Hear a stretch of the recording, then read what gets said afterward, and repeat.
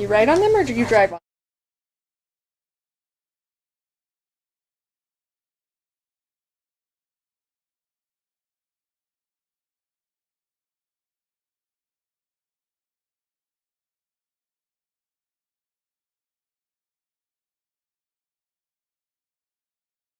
Present, let the record reflect that we do have a quorum for Tuesday, September 26, 2023. We will run down to department head comments and reports, and so I'll start out with Shasta. Tonight is family game night from 5 to 7, and then this Saturday we have our Fancy Nancy Tea Party. We'll have 2 sessions, one at noon till 1:30, and then the second one 2:30 to 4. It's 50 per session, first come, first serve. Wear your fanciest outfits, and it's put on by our friends of Mountain Home Public Library. Anytime they do a book sale, that funding goes towards programming just like this. So that's this Saturday. We also do after-school programming. Tomorrow will be STEAM Tykes. That's where they explore science, technology, engineering, art, and math concepts. Thursday afternoons we have Crafternoon, and then on the 3rd Friday of every month is the gaming arcade. So note that, as well as our morning programming, such as bilingual story time, regular story time on Tuesdays, music and movement on Wednesdays and Fridays, and active thoughts on Thursdays. And I think that's all I have, other than we are moving up on the list for the telehealth portal. Hopefully the installer will be calling me next week so that we can talk about when to schedule times for them to put in the portal. That's awesome. That's all I've got. Fantastic. Chief Thompson? Good afternoon, Mayor, Council. A couple of events for us. One is the high school homecoming parade coming on Friday. We'll get clarification on that. We sent out a map and a description of traffic route for the parade. The description says 14th coming south and 14th back to high school. The parade's actually going south of 13th from American Legion, not 14th, so I want to clarify that. Next week on Monday and Friday, starting at 9 a.m., we're doing open testing and treating for applicants. We've already got about half a dozen signed up for that, so we're looking forward to see what happens there. And then next Thursday on the 5th, at the Starbucks at Safeway, at Albertsons, we're going to be doing the October Coffee with a Cop from 10 a.m. to noon. So the officer will be there with command staff, hope to see the public out there at that event. Fantastic, Chief. Hank? We're up to 97 units for permits sold this year. We've got a new code enforcement officer. She's getting all spun up right now. We've got another camera. Hopefully get some of those issues you guys have been talking about the last few months taken care of. All the commercial projects are moving forward splendidly. That's the report. Chief Moore?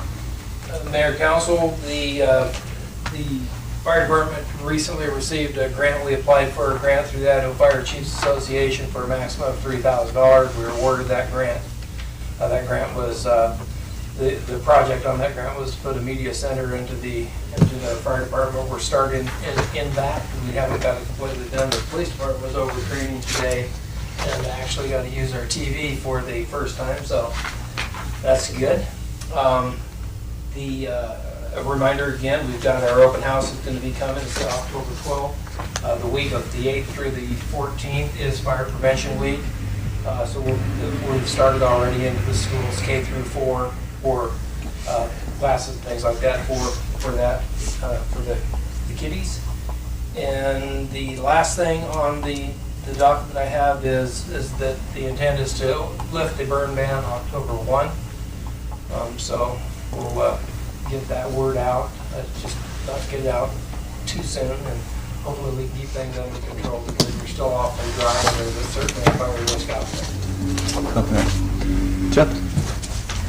Mayor, Council, just providing support as usual to any of the departments I can, but one thing we're excited to launch this year is we're going to partner with AIC to do the Readers Become Leaders event, and that is going to be October 16th to the 20th. We get to pick the days we want to do it, but AIC has a book that encourages young third graders to want to become public works employees, I'm going to take our equipment to the grade schools, so I'll probably be sending some calendar invites to see if you guys can come help and read in the classrooms as the elected officials, so be on the alert for that. Shasta. Close. Sorry, Betsy. I was like, I was looking at Shasta, the other. Overshadows. Like, oh no, I'm just kidding. I don't have as many things as the library, but first I do want to say thank you to those that are able to make it out to Leap Housing. Groundbreaking today. It was a historic moment. It is our first affordable housing product since what we can find on our records is 2003. So it's a very exciting thing for us to be able to have this product that'll be a nice product and not something that we've been seeing. It's going to be new and nice for our citizens. So that groundbreaking was today, and they are expecting 14 months. But don't quote them, give or take. Construction, we all know how that's been. But hopefully next year we will be able to all go back to that site and do a ribbon cutting. And speaking of ribbon cuttings, as far as economic development is concerned, we've got a couple local businesses opening up tomorrow. We have a United Metals ribbon cutting that we will be attending at 11 o'clock. That's their new storage unit area on Airbase Road. And then the Neoteric Spa, further down on Airbase Road, is doing their grand opening and ribbon cutting on October 2nd at 3:30 p.m. So some exciting stuff down there. I went actually and talked to all of our downtown businesses last week about Spooktacular. Everyone's very excited for Spooktacular. We are going to request from ITD to close 2nd Street and Main Street this year. We'll see what they say, but all businesses are actually very supportive of the idea. Even Main Street was very supportive, safety first. They want the safety in mind, and everyone was unanimous. Crowds were packed, doors were full, businesses had great business. They said, shut the street down, I'm sure I'll still get that traffic. So businesses were very supportive of that idea, so that was exciting. While I was down there, I did pitch our Imagine Mount Home grant one last time. Given that going into fiscal year 24, we are dropping that grant, it looked like. So we have 4 businesses that have applied over the last few days. So next council meeting, you guys will see that come across your consent agenda for those applications to approve that grant going out. I overheard you guys asking about streets, and I do have an update, ironically, from Jean. I know 5th Street is set to start milling tomorrow. And what they've told me to put out to the media is 1 week. So from tomorrow, and I technically put out until the following Friday. So I believe that is October 1st. That we're set to close on 5th Street. And then 6th Street will be closed just today and tomorrow as they're moving some of that pipe over. And 8th Street will continue to stay closed though for the foreseeable future while they're working on that project. And that's all I got. Perfect. Councilman Brennan? Question for you. Yes, sir. I don't know if you already have, so forgive me if you have, but if you haven't, can you put out a Facebook post tonight about the milling and the closures? Because on 5th, we're starting to see orange cones stacked up everywhere, and no one really knows when or what, so I put one out last week, and then I have a scheduled post that's set to go out, I think 7 o'clock tonight. Okay, perfect. In hopes that, like, per the algorithm, that's when people are on Facebook the most. Okay. So it's scheduled to go out. Reminder to citizens, closure will happen tomorrow. Does it provide any alternate routes or anything? It does No? not. It just Okay. says, please plan accordingly. Okay, So okay, that was kind of out of my wheelhouse as far as alternative routes. all right. Thank you. Yeah. Council, really quick, if you're going to attend the ribbon cutting tomorrow, can we push off like 15 minutes-ish? Well, I'm not going to say 15, maybe 20 minutes. We have a meeting tomorrow. Is there any way that we can, start a little bit later, or are you guys not attending the ribbon cutting, I guess, or you guys want to keep going with the same meeting we have tomorrow? I'm okay with pushing it back Like a 15 little bit of minutes? time. Was Maybe 15 minutes good? 1:30. I'm okay either way. Okay, so I'll let United Metals? no, TJ. TJ. Oh, TJ. TJ, no, Do you want to plan for 11:30 then? yeah, I'll call him. Okay. Mayor, Mr. Mayor. Councilman. And that's fine, because I was gonna sneak up here during my lunch hour at the beginning, but it seems like it works for everybody else, so I'll just have to catch up on the 11 o'clock meeting with TJ tomorrow, Okay. which is fine. What time? So I It's won't be posted here. for 11 a.m. So you're moving it to 11:30. 11:30. 30. to later? Yes. That's okay. Okay. Just put it's later. Okay. If it was earlier, you wouldn't be able to do it. Great. Okay. Exciting stuff. What was it, 2 decades? Leap Charities, and one of the biggest pushes is we see this in a lot of communities that affordable housing isn't affordable. And with Idaho being the fastest growing state in the union, it was good to see this Leap Charities come to fruition. It's 4 years is a long time to get beat up or to tell Bart, beat up Bart a little bit like, hey, you should have done this 2 years ago or 3 years. But I'm finally glad it's here. It's going to be a great product to the community of Mountain Home, and it'll help us with some of the housing issues that we have currently. So it's good stuff. Council got anything else? Mayor, Councilman Brennan? can I just reserve a few minutes for the final comments at the end of the meeting for Absolutely. something to talk about? Yeah. Thanks. Okay. Let's see, conflict of interest declaration. Has any council member received information pertaining to or otherwise had any conflict with any person regarding any items on the city council agenda? If so, please set forth nature of contact. Anything on the agenda that... All right, hearing none, we'll run down to consent agenda. Is there something on the consent agenda A through T that you guys want to talk about, pull, get a little bit more clarification on? Mayor, Councilman Garvey? can you tell me what a bore rig is and what it does? A bore rig is a piece of equipment that puts a piece of pipe in the ground, bores through the ground, and then pulls back conduit. Can you tell me how specifically it's used? Currently, it is used for fiber optics conduit. Okay. Can you tell me on the bills, I'm not exactly sure what pages they're on, why it was split between water, wastewater, and City Hall to fix it? You want to take that one? Councilwoman Garvey, it's an asset for those departments. So if street department is using for example, is using a dump truck and the tire blows out, the dump truck, and Parks and, let me start over. If street department's using a dump truck that belongs to Parks and Rec, and while they're using it, the tire blows out, then it belongs to Parks and Rec, so it's a Parks and Rec asset, so they have to pay for the replacement of it. So is the bore machine on the asset Yeah. list for City Hall? Yeah, it's all three, it was split 3 ways when it was purchased. Okay. So that's how it Okay. it's split. Okay. Mayor? Councilman Brennan? Question on item F for the Idaho Power contract renewal. Tiffany, I see that they're going away from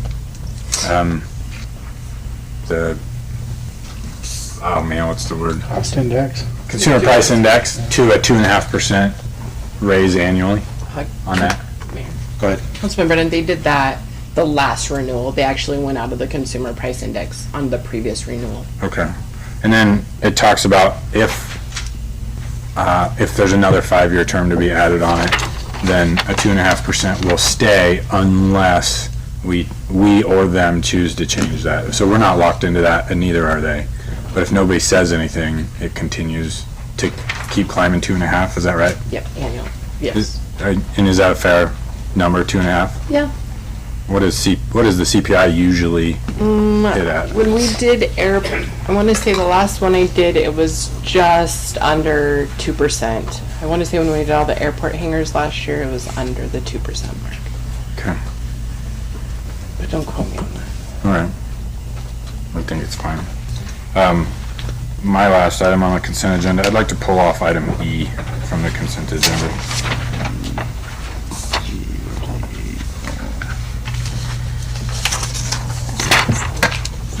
Get to it yet. Still here. And really quick too, item I, not work comp, sorry. Is it on this one? We had a meeting with ICREMP. Which one is that one? Oh, it's H. I just want to let you guys know, ICREMP raised the rate quite a bit, to the tune of about 30%. And it wasn't liability that was raising the reinsurance, it was property, wasn't it? So we sat down with Pinkerton Fink, and it's a substantial increase, and it was due to reinsurance companies of insurance companies. And am I missing something on that one? Yeah. Go ahead. And it's industry standard at this. We're not the only city receiving this 30% increase. Typically, in the years past, you saw adjustments in the payroll and liability side. That was where the increases sat, but right now it's because of the reinsurance and the market, as you all know what's going on in the world. And insuring people with disasters, property is typically, that's what's driving up the rates at this time, so. We did have an incentive previous where we could have staff take trainings to get reductions. Right now, we only have the law enforcement able to get the price reductions, so we receive a 10% reduction on the law enforcement by having them do a training. But we're not able to get the other reductions as we had in the previous years because they're not offered right now through ICRIM. To anybody. To anybody, correct. And then, wasn't just that, deductibles. They raised them last year, the year before. So from like 1,000 to 5,000, now 25. Now, if you don't we go through everything through ICRIM. We if you don't go through them, then your deductible is like 25,000. And don't quote me on that, but I think that's what it is. So now we do everything through ICRIM. So everything, employee-based, property, everything. So just FYI. Okay. Yeah. Councilman Brennan. Speaking of ICRIMP, I was just hoping for clarification. I was under the impression at least part of the ICRIMP policy was how I put this, like one big umbrella for all the insurers they cover, and if it goes up for us, it goes up equally for them and them and them. Is that true? But not that it's shared. I don't know the percentage. Sorry, I interrupted. Go ahead. Shared. Is that not this part here? This is specific to the city of Mountain Home? I don't know if it's shorter. You know, I don't think necessarily like your property is divided. Like everyone got a 30% margin. I think has to do with some of your values of property.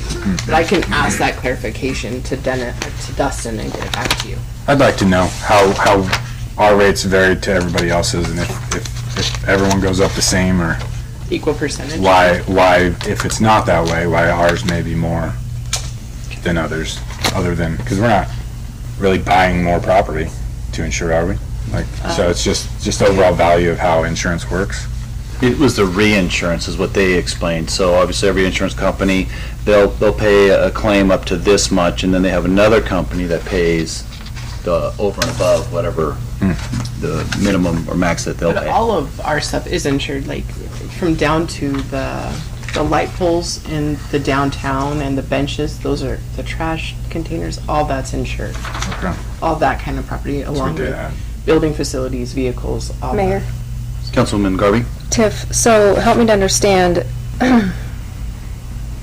did we just switch over to ICRIM for property? No, ma'am, we've had them the entire time. They're Okay. a large umbrella, and we did ask that question. Could we shop out and do Right. property That's somewhere where I was else? going with that. And no, ICRIM does one large balloon for, well, I think every city and county in the state. Municipalities, yeah. Other than There are a Boise, any like Boise is self-insured or self-funded. Yeah. There are a few that aren't through ICRIMP, and I think what Caldwell got dropped. No, they weren't following ICRIMPs. To my understanding, they weren't listening to ICRIMP. It's been Brennan. Okay, that's all I had on that one. I just wanted you guys, that was a huge jump. What was it, 240 from 180 to 240, 185 to 240,000? Wasn't that what it? Mm-hmm. Yeah. I think you're right, Mayor. Yeah. So, Just happened. huge jump. And obviously, Mountain Home's too small to be self-funded. And one claim would decimate the city. All right, council, do I hear any? Mayor, Councilman Brennan? I'll make a motion to approve the consent agenda, removing item E to new business. Second. Okay, it's been motioned and seconded to approve the consent agenda as printed, pulling items E. Any further discussion? Hearing none, I'll call for the council. Call for the question. Councilman Garvey? Aye. Councilman Brennan? Aye. Councilman Bunny? Aye. Councilman Weed? Aye. All right. We're down to old business. All right. Action item, deliberation decision on Mellon Water District land lease. Hi. How are we doing, Erica? Good, how are you? Fabulous. Yes, I'm back again. I don't even think I have to introduce myself anymore, but I will. I'm Erica Pedrosa, representing the Mellon City Water District. I have some news. We went through the video, so we know that the root cause of why the pumps continue to get broken is the sediment, the materials going up there. But through the videos, they saw that there's no screen preventing those sediments from coming through. And the problem is where the casing ends, to the bottom of the tavern, there's unknown space. We were looking at it, we think it's about 200 feet there. And there's a lot of lava rock down there. So the water, there's great flow of water, so it's flowing through those rocks and it's just pulling stuff. And so one of the things that was recommended was to recondition the well so that we could put the screen in there. But they would go and clean and brush the casing around it. One thing though that Hiddleston did bring up was that the pump is really close to the city well. Our well's really close to the city well. And so there could be, it could affect the city well. We don't know, yes or no, they're trying to gather more data on that. So we don't want to do anything without working with the city if that happens. But in order to get a rig to drill down there and clean it, we have a building and we'd have to take down the building because they have to be right above the pump in order to be able to do that. So they're looking to see if they have any different types of equipment that they could do to help clean that. I don't know how much it's going to cost. I don't know how long that would take. I have requested quotes as far as new wells and pumps and motors and different options to see what that would look like. But I don't have any data beyond that. Did you reach out to Idaho Water Resource and ask them for funding or any of that too? I just found this out this week, so now I can, once I get like quotes and stuff, then that's when we can go reach out to them. Perfect. So that's next also to do that. Okay. Council, got any questions for Erica? Mayor. Councilman Brennan? Erica, as far as the possible effect on the city wall, are you talking like contaminants if yours is cleaned out, brushed, and... I honestly don't know. I would assume that because what they were saying, because of the lava, most wells or the water flows through like mud. And so it's just a stream under the earth. But because we have the lava rocks, there's a lot of pores. And so they're the water can flow anywhere. So I'm assuming with the drilling or moving stuff around, it could shake some of that. Appreciate you identifying that, and we can work with Rich or Keedy Yeah. on that. And then, as far as, I'm going to ask you again the question I asked last week. Have you engaged in your community at all about what's coming? We're meeting together. Today's our meeting, and so we'll write up a letter, make sure we have dates and everything drafted now that we have the information. Perfect. And so hopefully that way we can put the word out and put it on our bulletin board as well. Okay, appreciate it. Thank you. Thank you. Council, anything else? No. Just confirming, you are working with Hiddleston? They're the ones that initially put in our pump, so we're going back to the original people that put it in there. We reached out to Treasure Valley, Wells, Hiddleston, and Lane to get quotes as far as who would do the repair, so. Okay. Yeah. But they're the ones that originally put it in there, so they know how it was installed and everything.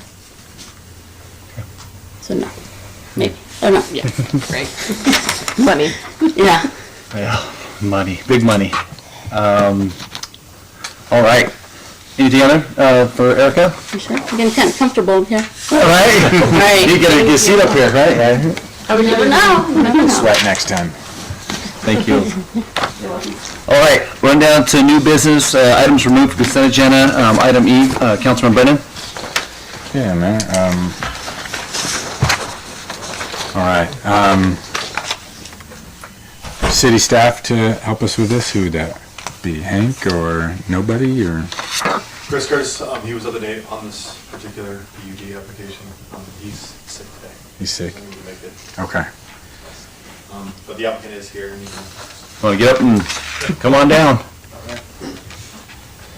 Let's take a seat. Absolutely.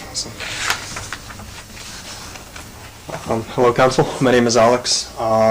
We want to build a PUD unit development on the corner of Bradford and Foster. We're aiming to do 48 townhomes and just want to get permission to submit the PUD and develop property in Mountain Home. Mayor. Councilman Brennan? Alex, right? Yes. Alex, the reason I pulled this off the consent agenda is because I've noticed your work's already started. And I'm not sure if we're talking the exact same piece of ground or what approvals you had compared to what you're seeking. Can you help me understand that? Yes. So right now we are building on the 3 corner lots that were subdivided earlier, which we purchased.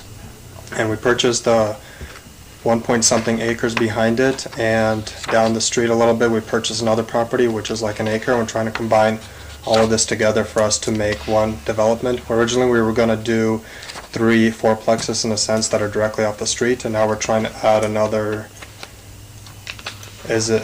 possibly 7 or 9 buildings behind that in addition to what we're currently building on the corner.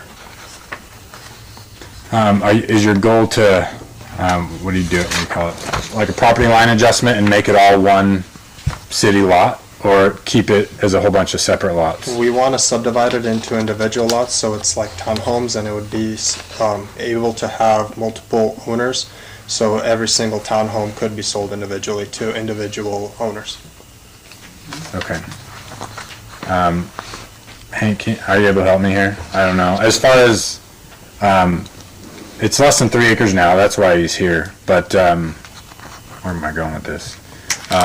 I know the goal is to subdivide it later. I don't know what I'm asking. Is there any issues? Councilman Green asked me that question. I was like, and I brain farted. I was like, wait a second, he's already building it. And I was trying to think, oh, wait, different lot. So you're just wanting to do what you're doing currently on your current lot to the new ones you just purchased?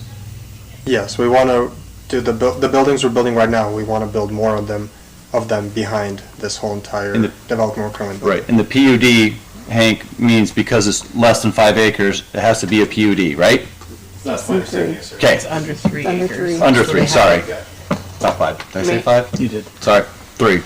Yes. I think what he wants, yeah, and correct me if I'm wrong, Alex, you want to do the same thing you're doing, just it has to come through us to be able to push it forward. Yes. Because the current one is already, it's its own lot. It falls 100% within city ordinance currently? Yes. Yes, sir. I was Okay. going to say sorry, Mayor. Sorry, Councilwoman Garvey. Sorry, Councilwoman Garvey. The only deviance is just because it's under 3 acres. That is It's correct. the only thing you're asking. You're not asking for setback deviances, fence. These are all going to be separate meters. There are a few questions that we did have, and we're working on that with the designer. However, I do not have the final configurations of the layout right now. I think that's something that we were going to try to address at future meetings if we are able to. Right, because you haven't even submitted the PUD yet. That is correct. Right, sorry, go ahead, legal. So yes, so what's preventing him is it's less than 3 acres. Shall be a minimum of 3 acres unless the council finds that the property of less is suitable as a PUD by virtue of unique character, infill development, topography or landscaping, or qualifying as an isolated problem area. So if you can make any of those 3 findings, And this is then infill. you can allow him to make the application for the PUD, and it then goes through. Now we're applying as infill. Councilman Bundy. Yeah. Are we applying as infill, is that what we're doing? Well, I'm assuming it's just because it's, What says right here? yeah. infill. Yeah.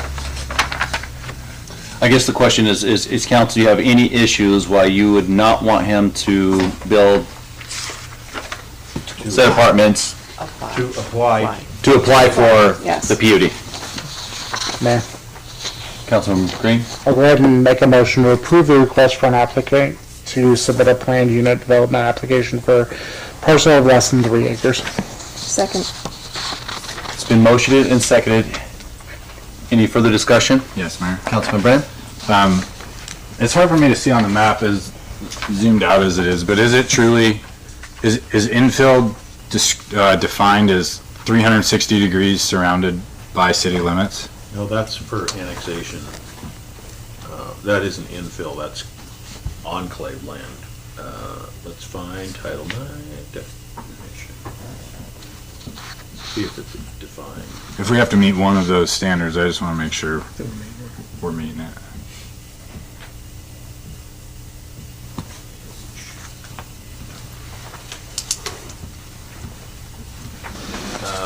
Mayor and council, the definition of infill is to allow new construction or replacement of a previously existing building on property located within the original town site, or where 25-foot lots have been platted, or the lot was of record at the time this title was adopted and the lot is not large enough to enable meeting the adopted setbacks or standards.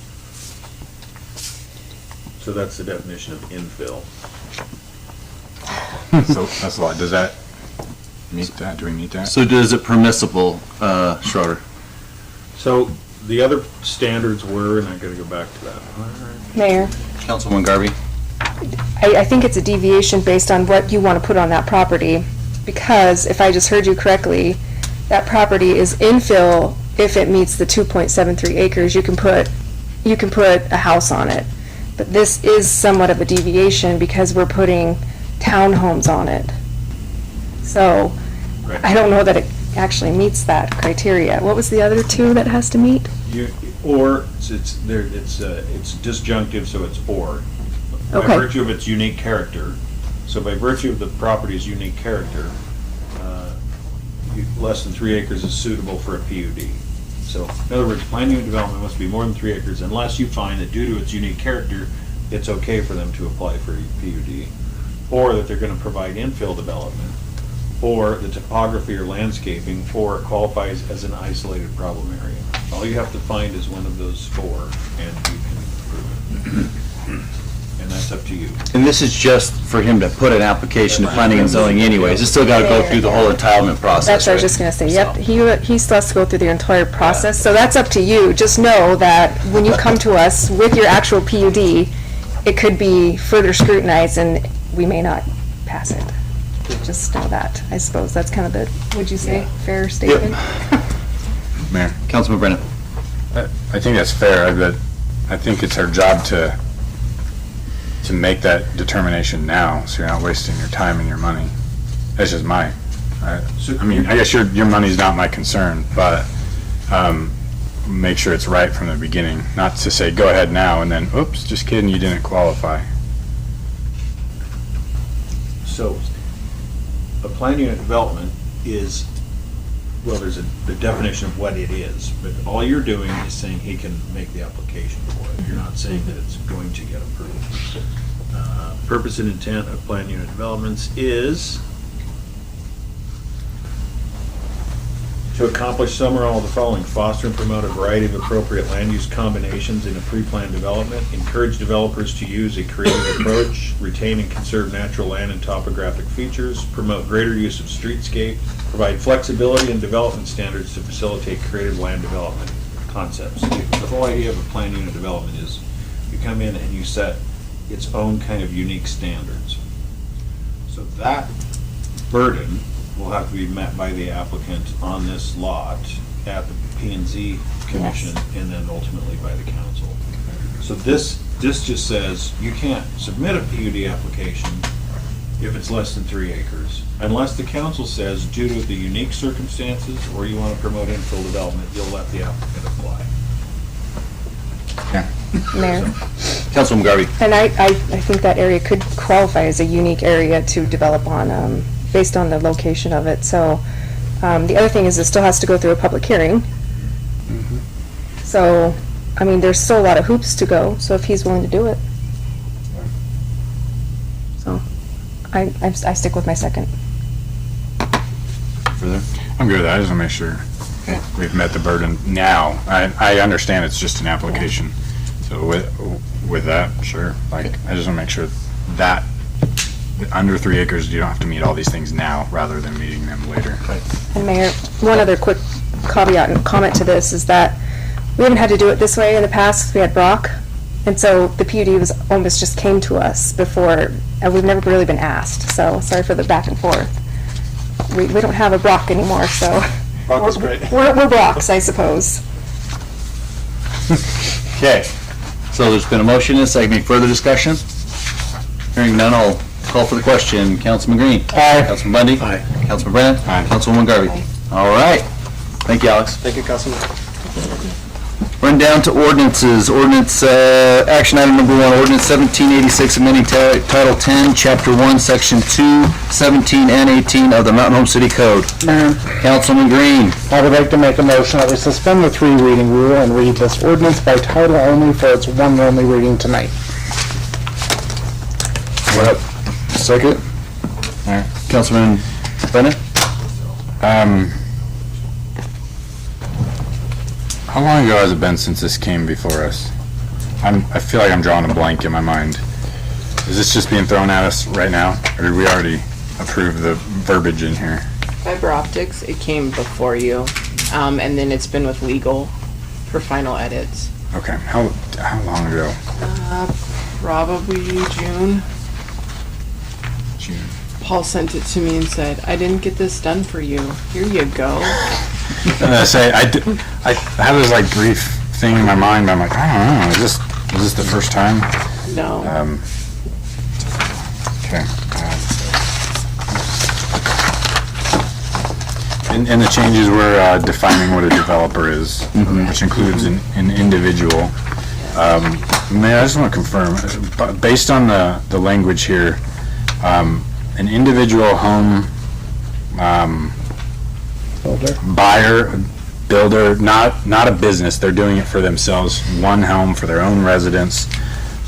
Does this require them to put in municipal fiber and conduit and fiber? Okay. Can you ask that question again?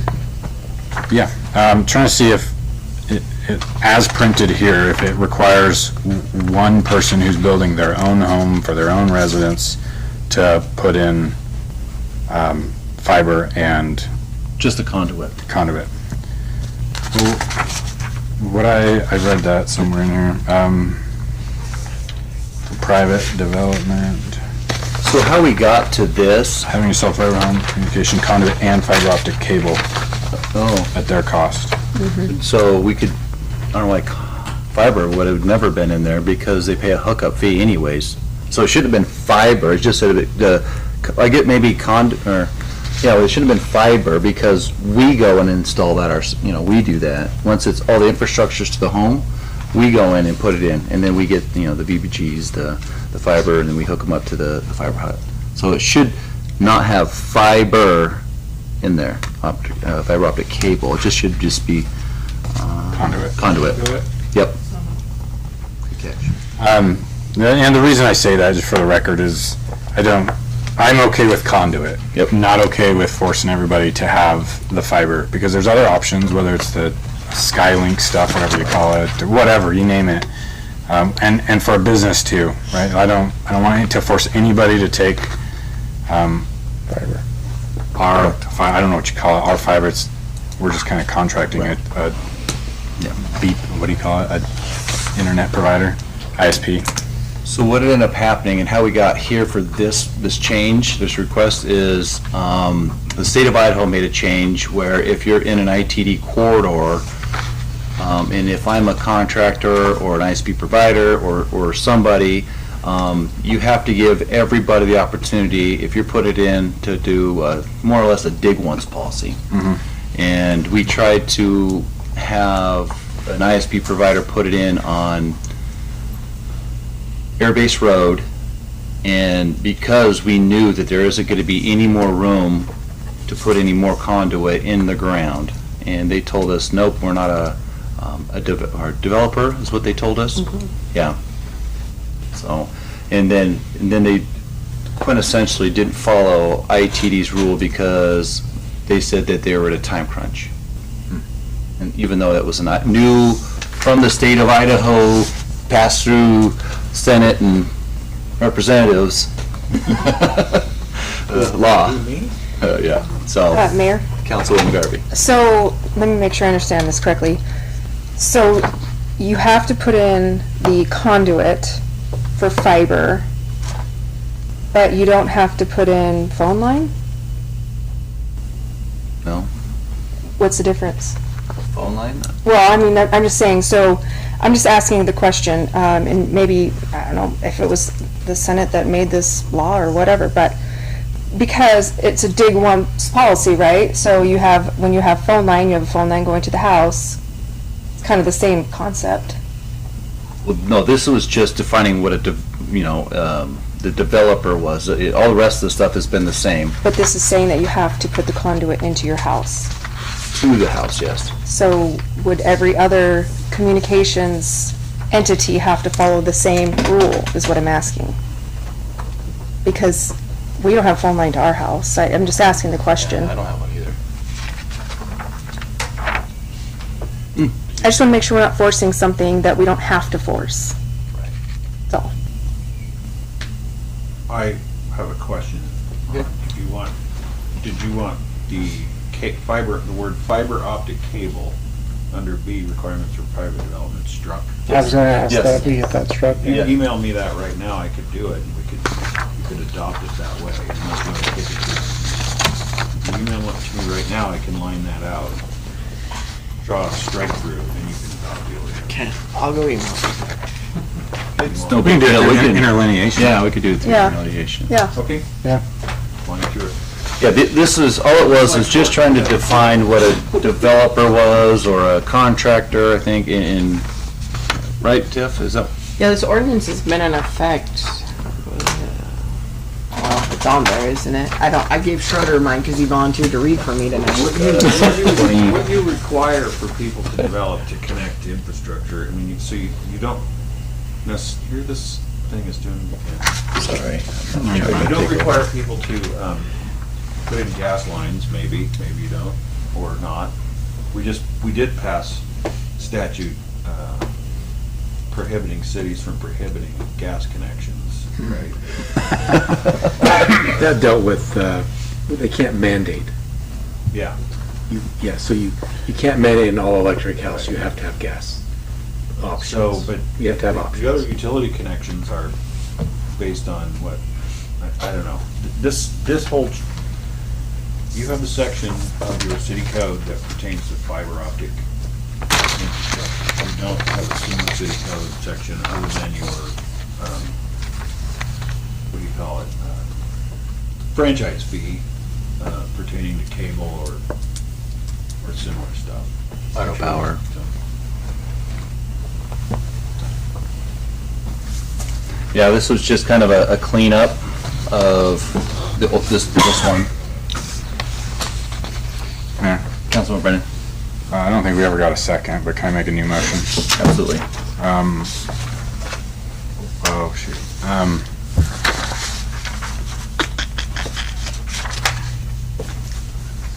I want to make sure I get that straight through. Do you have that whole cheat sheet? I would make a motion that we suspend the 3 reading rule and read this ordinance by title only for its one and only reading tonight with a change in interlineation sections B, hold on, 10 Idaho Mountain Home Municipal Code, Title 10, Chapter 1, Section 17, subsection B1, eliminating the requirement for anybody to have fiber optic cable at their house. Is that clear? Yep. Do I hear a second? Second. All righty, there's been a motion and a second. Any further discussion? Hearing none, I'll call for the question. Councilman Brennan? Aye. Councilman Bundy? Aye. Councilwoman Garvey? Nay. Councilman Green? Aye. All right. Run down, I guess we need to read the ordinance. So, Shall I go? Councilor Schroeder, would you want to read the ordinance by title only? An ordinance of the City of Mountain Home, Idaho, amending Title 10, Chapter 1, Sections 2, 17, and 18 of the Mountain Home City Code of Mountain Home, Idaho by adding a definition for developer, revising the fiber optic infrastructure requirements for private development, and enacting new design standards, providing for a summary and providing an effective date. Council, You've heard this ordinance read. Do you wish it to pass? Councilman Green? Aye. Councilman Garvey? Nay. Councilman Brennan? Aye. Councilman Bundy? Aye. All right. Run down to action item 2, ordinance 1787 amending city of Mountain Home Code by the addition of a new Title IX, Chapter 4 entitled Development Impact Fees. Council. Mayor. Councilman Brennan. I guess just for the record, for everybody here and listening, this is reducing the impact fee for the streets that we did some work on. With that, I'll make a motion that we suspend the 3 reading rule and read this ordinance by title only for its one and only reading tonight. Second. It's been motioned and seconded. Any further discussion? Hearing none, I'll call for the question. Councilman Garvey. Aye. Councilman Green. Aye. Councilman Brennan. Aye. Councilman Bundy. Aye. Councilor Schroeder, will you please read the ordinance 1787?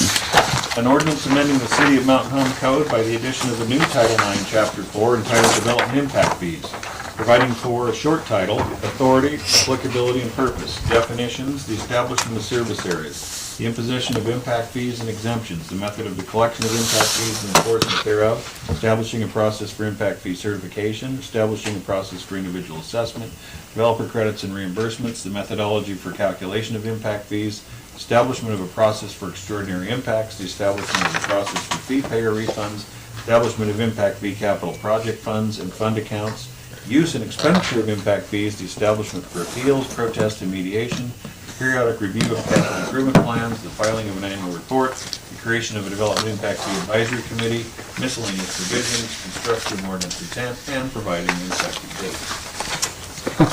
Jeff, you're so lucky. Council, you've heard that ordinance read. Do you wish it to pass? Councilman Bundy. Aye. Councilman Green. Aye. Councilman Brennan. Aye. Councilwoman Garvey. Aye. All right, run down to recognizing person in the audience. Would anybody like to get up and speak? Come on down, sir. I was not going to speak. My name's Bud Adams. Being a retired telephone man with 50 years experience, this latest issue on the conduit, by equal rights, you should have a conduit placed for CenturyLink and Zito Media. Because utility companies do not want to share conduits. It's the ultimate no-no. You can't put a coax in a conduit and then rip that out and put in fiber optic. And then rip it out and put in a drop for the telephone company, 6-pair drop. So you're kind of favoring the fiber issue and you're ignoring these other 2 companies. So that's a big deal for new development.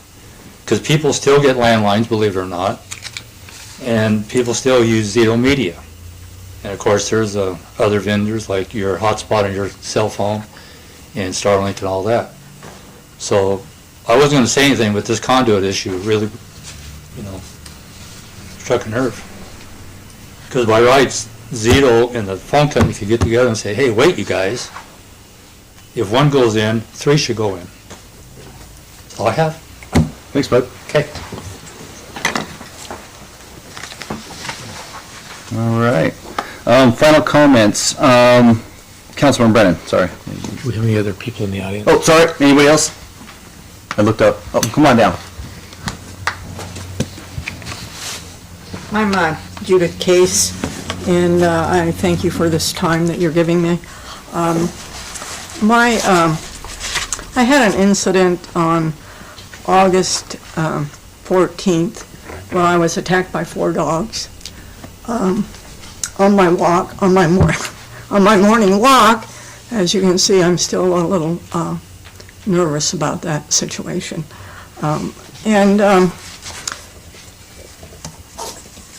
Part of the situation that I would like to look at is your ordinance on animal bites and rabies control. The dog that bit me was not vaccinated for the rabies vaccine. It broke blood on my leg. I did at the time call the police. My response was not well taken. I've never been in this incident before, and when I called 911 or told my phone to dial 911, that didn't seem to go through, so. This happened on 6th Street, just around the corner from my home, at 1830 North 6th Street. And I'm not here to lay blame on the city or lay blame on the people that did respond, but if we look at the ordinance on Part B in particular, it, and I also, after the incident, called Chief of Police and talked with him about the incident. He, I don't believe that the protocol was followed, but this paragraph is deceptive, I think, and needs to be looked at a little bit. I would have preferred that the dog be quarantined either by a vet or at the city animal shelter. It was not. The dog that evening was sent to Hammett, and on the farm where it was born, I guess there's a person out there that raises these dogs, and then was supposed to be quarantined at that area. But if you read the ordinance, that is only if the dog has been vaccinated to be quarantined at home. So I think that ordinance needs to be looked at. If you're bitten by a dog that has not been vaccinated, you know, it's 10 days of quite a worrisome time. I wouldn't want that to happen to anybody else. But it isn't really clarified very well in this Part B of 667, animal bites and rabies control, that when I called the chief, he thought that the protocol had been followed, but in reading, because there is the word discretion of the ACO, but that does not really apply to dogs that have not been vaccinated. So I would like us to look at that ordinance, and I would have much preferred for that dog to be within city limits when it was quarantined in a facility, and also been seen by a vet, which did not occur. So we would like to maybe go forward with that. I don't know what the next step is. The people at the ACO, very nice lady. When the 4 dogs came out of the backyard, they broke the fence, is how they got through. City ordinance, I know you're only supposed to have 3, you know, so. And I did fill out paperwork on that. I know that she was cited for dogs at large or dogs attacking, but what I would really like to look at is what happens with that dog that has not been vaccinated, that bites a person. I did go to a doctor. I did not take the rabies shots, because chances are, in this day and age, you probably won't. But if you get rabies, then it's you're not going to survive. So it's a life and death situation. Well, I appreciate, we definitely need to clean that ordinance up, definitely, so. Yeah, if you can look at that, and I met with Daniel Brennan today, and we discussed what that ordinance looked like, and he said it probably, or agreed with me that it needs to be looked at, and needs to maybe be redone and be really clarify exactly what should be done with a dog that has not been vaccinated that bites someone. Right. Yeah, it was a Great Pyrenees, came around the back, got me right in the back of the leg. So, That's scary. yeah, it was pretty scary. I'm sorry. Thanks, Judith. Okay. Mayor, Yeah. Councilman Brennan, before Judith leaves the table, this is what I was reserving some time for, if I just talk about it with her here now. Absolutely. As she said, I'm so glad she came to the table first and kind of laid the foundation for this discussion. The council or previous councils has had a lot of conversation in the past about animal ordinances, and I guess you like it or dislike it. Our ordinances need some updating. Maybe not to the extent of what somebody else wanted in the past, right? A total rewrite. But Mayor, as you know, I kind of took on a group a long time ago in the past of kind of helping guide some of this stuff. And with your permission, the chief's permission, I'd like to work with the police department and Danelle to help do some realistic, easy changes in this. For Judith specifically here, Mountain Home Code 667B is what she's talking about. And I do interpret it differently than the city staff did, and I'm not throwing anybody under the bus by any means. I think it, Judith, you said it's kind of deceptive. Yes. I just think it needs clarification. It needs to be clarified. What it is. So that, it's, in some places says it's in the discretion of the ACO, in other places it is not. Yeah. And I So- wouldn't want anybody else to have to go through what I did. And I think having that particular dog within city limits, in quarantine somewhere would have been much better than out on the farm. And in your, I'm kind of losing my train of thought. In your words, right, you were told by that dog owner that that dog was not vaccinated. What happened was actually the ACO, when she interviewed, after they came to my house, took a picture of my leg, and we walked around to their residence, and the lady there told her 2 of her dogs were licensed and had been vaccinated, the other 2 had not. Sure. So she had 2 that had not, and so so that came from, and should be in her report somewhere. She said she reported all of that. I'm sure she wrote thorough. Yeah, I mean, I've read it. She did the best she could. Yeah. On this particular ordinance, I think there's a spot in here that needs to be divided amongst 2 different paragraphs for clear distinction. And I don't mean to annoy the council or anybody else, but I want to read it for just a minute. Subsection B, when an animal bite by an animal at large without the owner present is reported to animal control or the police, the animal shall, and this kind of where I think I like to focus on is these kind of words, but the animal shall be securely quarantined at the city's animal shelter at the direction of the animal control officer or police for a period of 10 days and shall not be released from such quarantine except by permission of an animal control officer or the police. Permission, what is permission, when can it be given, right? Those are some of the questions I have, but said quarantine shall be at the owner's expense and in the amount set forth in section 665 of this chapter. If an animal at large bites an individual and the owner of the animal is not able to provide documentation of current vaccines, the animal will be required to be quarantined at the city's animal shelter at the owner's expense. That's where I think that paragraph needs to end.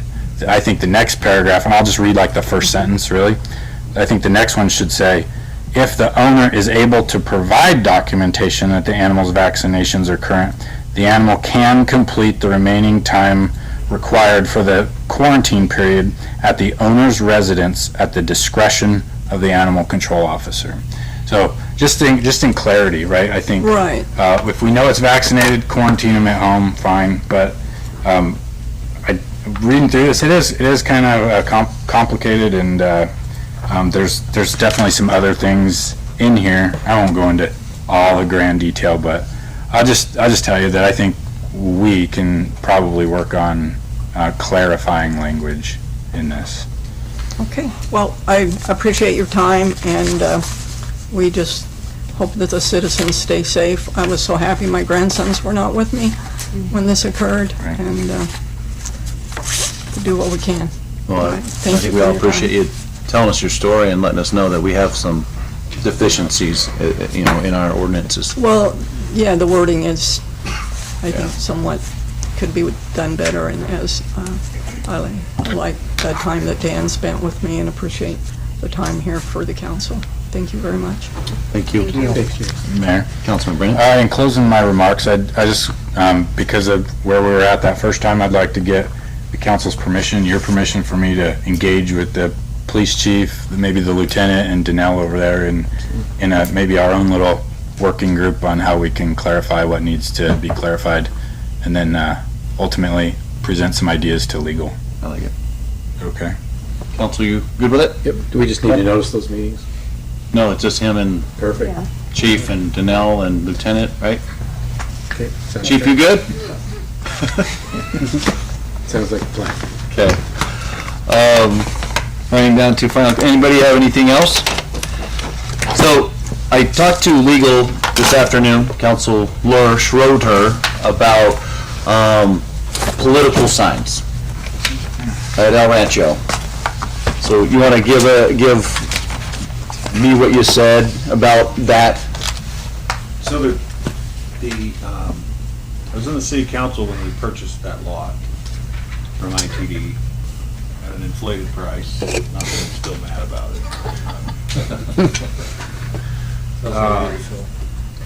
And then the city paved it and did some improvements, and then the public works, the parks director had the sign put up, and he put the print on it.